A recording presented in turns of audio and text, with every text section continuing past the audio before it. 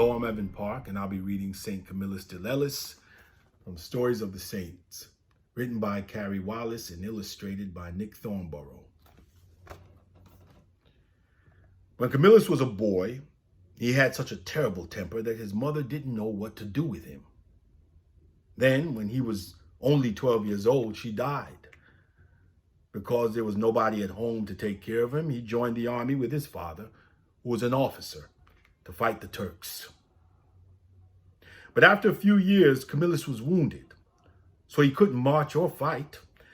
And because he didn't know how to do anything else, he wound up working for a monastery in the seaside town of Manfredonia. As a soldier, Camillus had learned to gamble and drink, and he still had a terrible temper.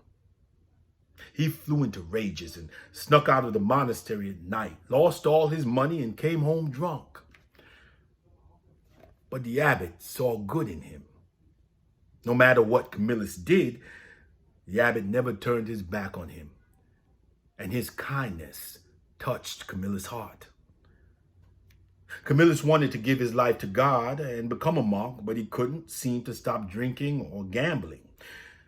And the wound in his leg meant he couldn't do hard work, so no monastery would take him. Finally, Camillus heard of a hospital for hopeless cases in Rome. If anyone is a hopeless case, he thought to himself, I am. So he went to Rome to see if they could help him. When he got to the hospital, he was shocked by how badly the sick people were treated. Nobody seemed to care what happened to them, and they were suffering so much that Camillus got distracted from his own wound and started to tend to them. He did so much work at that hospital that they made him the director. But he couldn't do it all on his own, so he started to invite other people to join him. It was dangerous work with people who had diseases that nobody knew how to cure. But just like soldiers, everyone who worked with Camillus was willing to risk their own life to help others.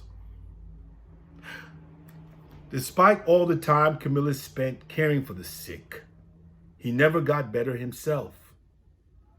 On days when he couldn't walk to the hospital, he crawled. The Pope gave Camillus a new hospital, and then another, and Camillus began to build them all over Italy.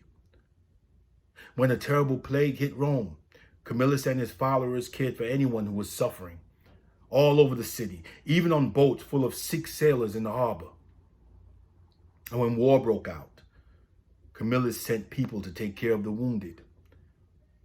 They were some of the first to give medical care to soldiers in the field. To make sure that everyone knew they weren't soldiers themselves, they wore white robes with bright red crosses.